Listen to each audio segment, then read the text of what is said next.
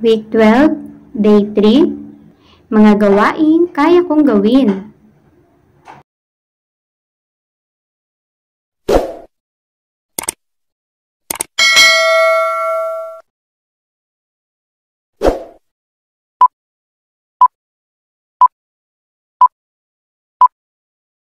Magandang umaga mga bata! Handa na ba kayo ngayon sa ating panibagong aralin? Ano nga? Okay, dahil handa ka na, bago tayo magsimula sa ating aralin para sa araw na ito, ay kinakailangan natin ng gabay ng ating Panginoon.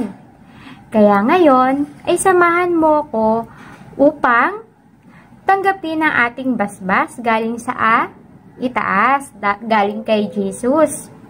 Okay ba? Okay, simulan na natin magdasal at manalangin. Sa ngalan ng Ama, ng Anak, ng Espiritu Santo. Amen.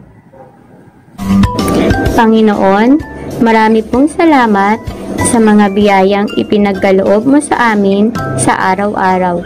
Gabayan mo po kami sa aming pag-aaral at sa bawat gawaing aming gagawain. Hilungin mo nawa ang sakit na lumalaganap ngayon sa buong mundo at panatilihin mo kaming ligtas sa kapahamakan. Hinihiling po namin ito sa ngalan ng iyong anak na si Jesus. Amen. Sa ngalan ng Ama, ng Anak, ng Espiritu Santo. Amen. O ngayon naman mga bata ay tapos na tayong manalangin. Samahan mo naman ako ngayon na magpalakas ng katawan. Gusto kasi ni teacher na maging malusog ka at malakas ang iyong katawan araw-araw. So kailangan nating, ayan, unatin na naman ang ating katawan. Palakasin natin. Ayan, unatin natin. Kaya ngayon, ikaw ay tumayo at samahan mo ko sa aking pagsasayaw. Handa ka na ba? O, dali na. Ipakita mo nga sa akin na ikaw ay handa na at tumayo ka na na maayos at ihanda ang iyong sarili sa ating bagong sayaw sa araw na ito. At kinakailangan, syempre, kabisaduhin mo ang ating sayaw. Naintindihan mo ba? Okay, so dahil naintindihan mo na, simulan na nating sumayaw.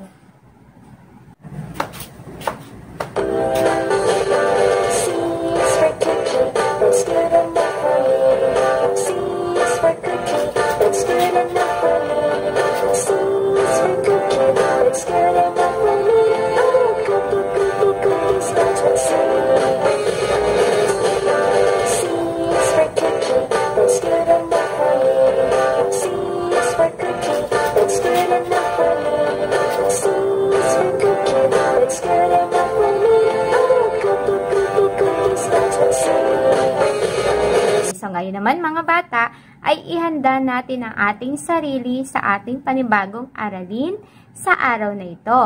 Pero syempre bago tayo magsimula sa ating aralin ay gawin natin ang ating daily routine. Handa ka na bang gawin ito? Kung ikaw ay handa na, simulan na natin.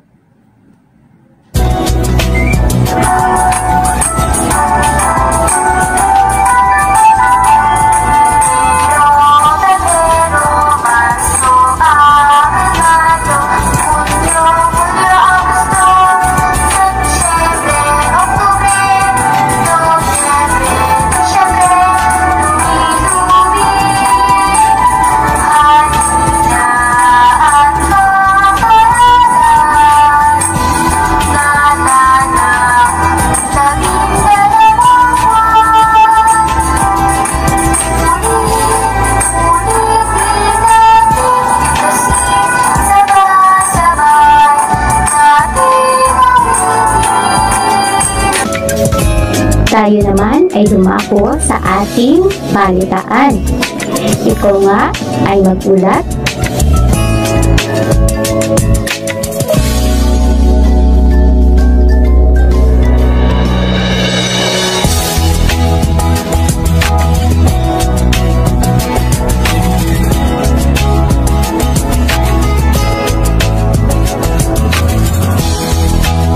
Awitin naman natin ngayon ang awit ng panahon.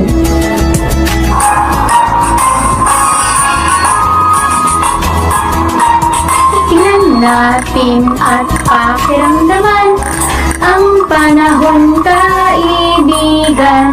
Maaraw ba o maulan pagpasok sa eskwelahan? Sabihin mo nga kung ano ang panahon natin ngayong araw na ito.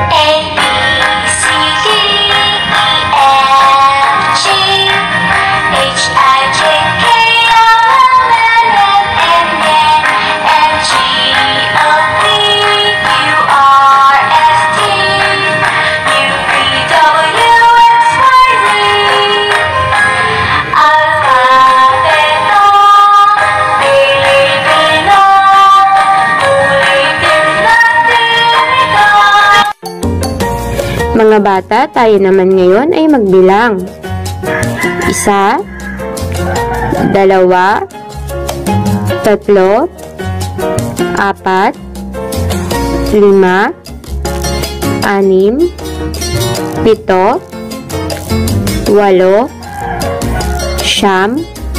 6, 6,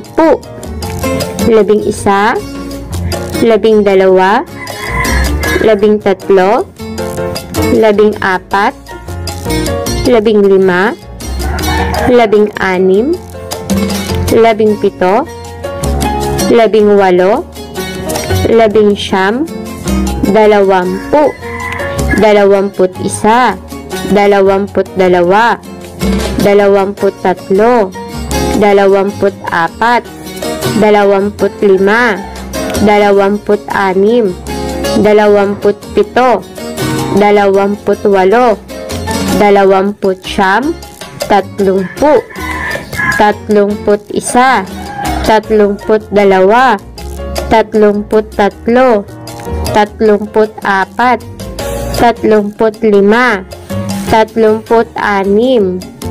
12, 13,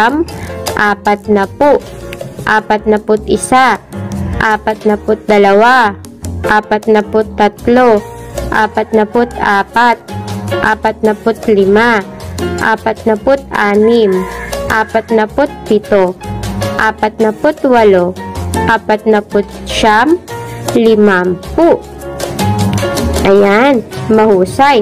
Alam niyo na kung ano ang tamang bilang ng 1 hanggang 50. Ayan mga bata, nagawa na natin ang ating mga daily routine. Ngayon naman ay ihanda mo ang iyong sarili sa ating bagong aralin para sa araw na ito. Ngunit bago tayo magsimula sa ating aralin, tayo muna ay magbalik-aral. Mga bata, gamit ang assignment ninyo kahapon na puppet, ay gagamitin natin ito para sa ating balik-aral. Sabayan si teacher sa pagkanta. Ang ating awitin para sa araw na ito ay Nasaan si Tatay? Kapag binanggit ang pangalan ng miyembro ng pamilya, ay itaas mo ang iyong puppet at sumabay ka sa kanta. Okay po ba? Salamat! Simulan na natin. Nasaan si tatay? Nasaan si tatay? Eto siya. Kamusta na tatay? Mabuti naman po.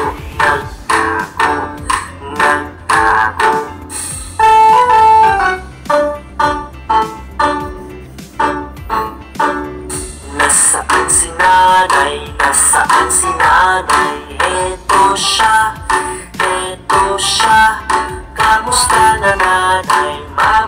naman po nagtago, nagtago.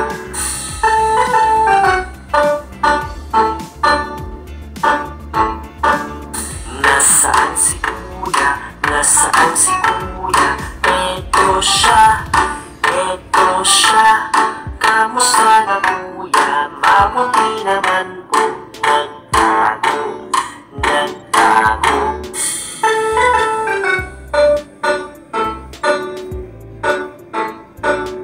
Nasaan si ate? Nasaan si ate? Eto siya, eto siya. Kamusta na ate? Mabuti naman po nagtago, nagtago.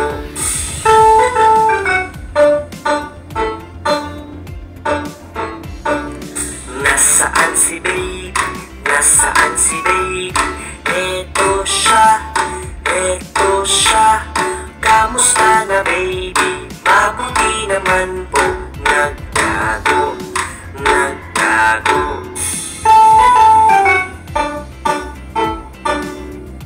Nagustuhan nyo ba ang ating balik-aral, ang ating gawain para sa araw na ito? Okay. Maraming salamat sa iyong pakikiisa at gumawa ka ng iyong takdang aralin. Itago mo yan at gagamitin pa natin yan sa susunod na araw.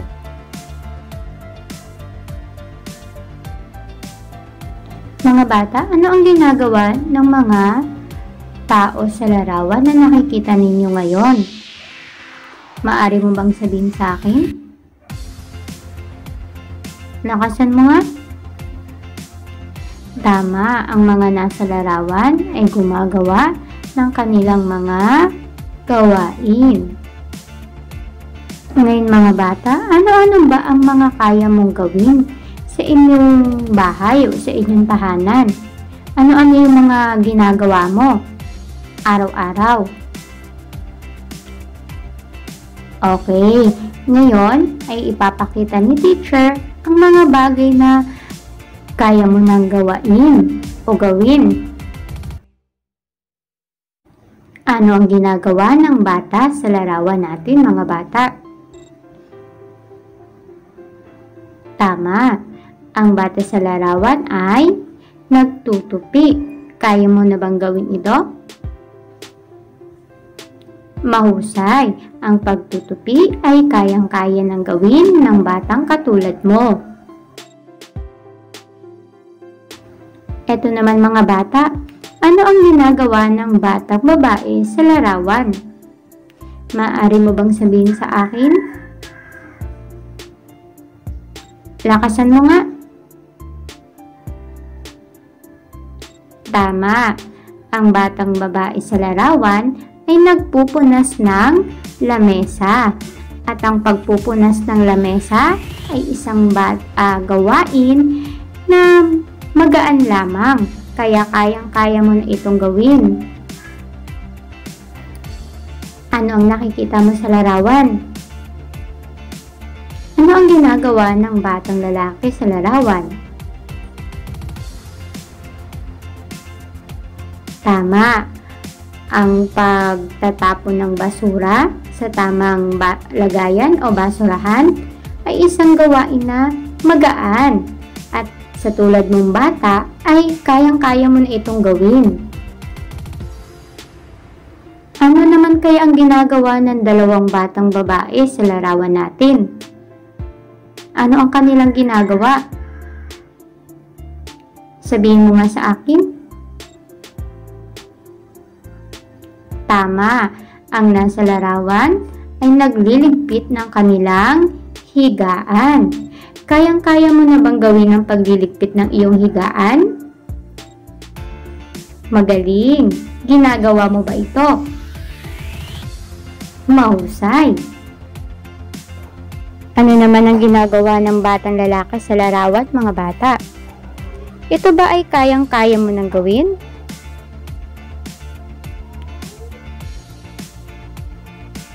Mahusay! Ang batang lalaki ay nagba-vacuum. Kung kayo ay may vacuum, ikaw ay pwede nang gumawa nito na may gabay ni nanay at ni tatay. Ito naman mga bata, ano ang ginagawa ng dalawang batang babae sa larawan? Kayang-kaya mo na bang gawin ito? Sabihin mo nga sa akin kung ano ang ginagawa nila. Tama, ang kanilang ginagawa ay nagtutupi ng mga damit. At itong gawain na ito ay magaan lamang. Basta alam mo na kung paano ang tamang pagtupi at nagabayan ka ni nanay o ni tatay. Kayang-kaya mo na itong gawin. Ano naman ang ginagawa ng dalawang bata sa larawan, ng batang babae at ng batang lalaki? Kaya mo bang gawin ang kanilang ginagawa? Magaling! Sabihin mo nga sa akin kung ano ang ginagawa nila. Tama, ang dalawang batang babae at lalaki ay nagwawalis at naglalampaso ng sahig. At yan ay magaan na gawain lamang at kayang-kaya mo na itong gawin. Ano naman ang ginagawa ng batang babae sa larawan? Sabihin mo nga sa akin kung ano ang kanyang ginagawa. Lakasan mo nga. Ayan. Ang batang babae sa larawan ay naghahanda ng kanilang hapagkainan. Kaya mo bang maghanda na ng inyong hapagkainan? Tama. Dahil ito ay magaan na gawain at maaari mo na itong gawain. Ito naman mga bata, ano ang ginagawa ng batang babae sa larawan? Tama, ang bata sa larawan ay hinaalagaan niya ang kanyang alagang hayop. Meron ba kayong alagang hayop sa inyo? Okay, kung kayo ay mayroong alagang hayop, ang pag-aalaga ng inyong hayop ay kayang-kaya mo na itong gawin. Ito naman mga bata, ano ang ginagawa ng dalawang batang babae? Lakasan mo nga. Ang paghuhugas ng plato ay gawain ni kuya o ni ate. Pero, pwede mo itong matutunan paunti-unti. Lalo na kapag babasagin ang inyong plato, kailangan mo ng gabay ni nanay kasi maaaring bumagsak ang inyong plato. Pero kung plastic naman ang inyong kagamitan, katulad ng plato, ay kayang-kaya mo na itong hugasan. Eto naman mga bata, ano ang ginagawa ng batang lalaki sa larawan? Sabihin mo nga sa akin ng malakas. Tama, ang nasa larawan ay nagliligpit ng kanyang laruan. At yan ay napakagaan na gawain, lalo na kapag ang mga laruan ay kagamitan mo o sayo. Dapat isayad sa natututunan mo na magligpit ng iyong mga laruan pagkatapos mong gamitin o laruin. Eto naman mga bata, ano ang ginagawa ng batang babae sa larawan? Okay, ang batang babae sa larawan ay naglalagay ng mga damit o kanilang mga kasuotan. Ang paglalagay ba ng mga damit sa inyong cabinet o sa inyong orokan ay kaya mo nang gawin? Tama, ito ay isa din sa magaan na gawain na kayang-kaya nang gawin ng mga batang katulad mo. Okay mga bata, ano naman ang ginagawa ng batang babae sa ating larawan? Ano ang kanyang ginagawa? Maaari mo bang sabihin ito sa akin? Okay, ang bata sa larawan ay nagdidilig. Meron ba kayong mga halaman sa inyong tahanan? Okay, ang pagdidilig ng halaman ay gawaing magaan lamang. Kaya kayang-kaya mo na itong gawin. Kung meron kayong mga halaman sa inyong bahay, ay pwede ka nang magpresenta kay nanay na diligan ang mga halaman na ito. Eto naman mga bata, ano ang ginagawa ng nasa larawan? Okay, ang nasa larawan ay si kuya, si ate, at si bunso. Ano kaya ang ginagawa nila? Mahusay. Si kuya at si ate ay inaalagaan nila si bunso. At isa yan sa tungkulin mo bilang ate o kuya. Kapag hindi pupwede o hindi available si nanay at meron pa siyang ginagawa, ay maaaring alagaan mo ang iyong nakakabatang kapatid upang makagawa si nanay sa kanyang ibang gawain. Ngayon mga bata, ay alam niyo na ang mga gawaing bahay na maaaring kayo na mismo ang gumawa nito upang si nanay man o si tatay ay makagawa ng iba pang gawain. Dahil kayo ay tinatawag na ate o kuya, ay meron na kayong kayang gawin.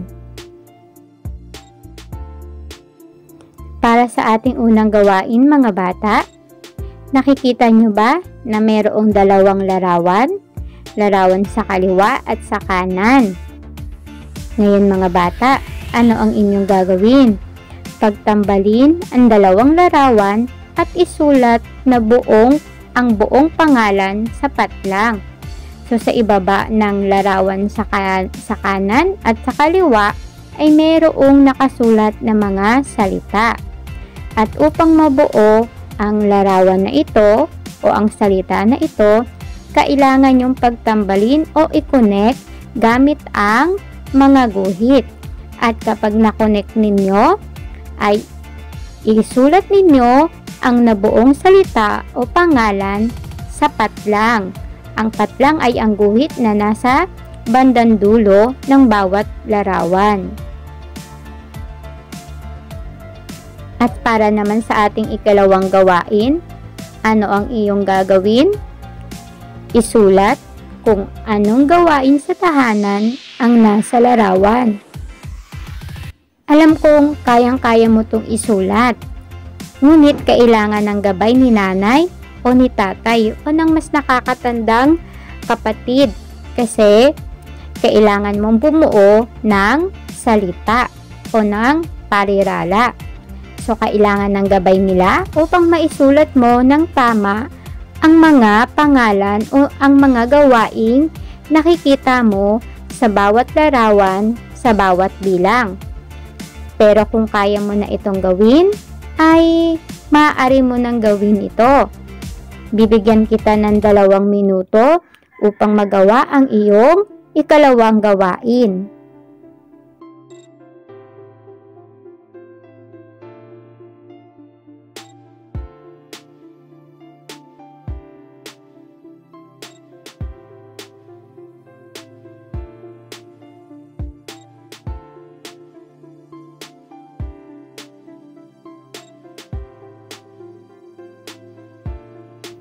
At para naman sa iyong takdang aralin mga bata, ano ang dapat nating gawin?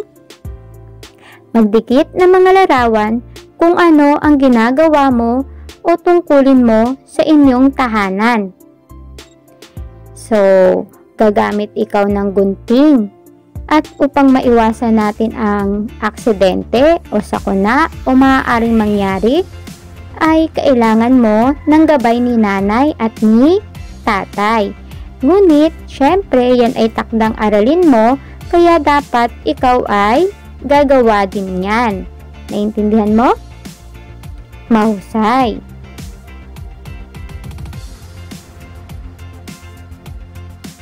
At dahil nakinig ka sa akin, syempre bibigyan kita ng award, hindi ba? Kasi ikaw ay nakinig at inaasahan ko na naintindihan mo ang ating aralin. Kaya itong bituin ay para sa iyo. Sana nagustuhan mo. Okay, ngayon mga bata, hindi ba napakadali lang ng ating aralin para sa araw na ito? Tama ba? Okay. Dahil ikaw ay nakinig at ikaw ay inunawa mo ang ating aralin, ay nakatanggap ka kay teacher ng reward. Ng between o kung anong regalong ibinigay ni teacher sa'yo. Ngayon naman mga bata, di ba, napakadali lang na ating aralin at natutunan mo. Tama ba? So, kapag ikaw ay nakinig at inunawa ang ating aralin, madali mo lamang matututunan ang ating mga aralin. Bago man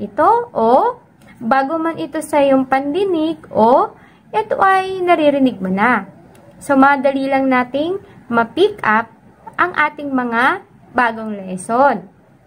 At dahil dyan mga bata, nakita ni teacher na kayo ay nakinig at naintindihan ng aking itinuro sa araw na ito, si Teacher Sandy ay magpapaalam na. Okay? Pero bago ako magpaalam, may iwanan ako sa inyo. Ito ay lagi nating tatandaan. Ang batang katulad mo ay hindi dapat nagsasabi ng hindi mo kaya. Lagi mong tatandaan, ang lagi mong sasabihin ay kaya ko ito. Ulitin mo nga. Ang batang katulad ko ay hindi dapat nagsasabi ng hindi ko kaya. Ang lagi kong iisipin at sasabihin ay laging kaya ko itong gawin. Okay? So dahil dyan mga bata, ako ay magpapaalam na sa inyo.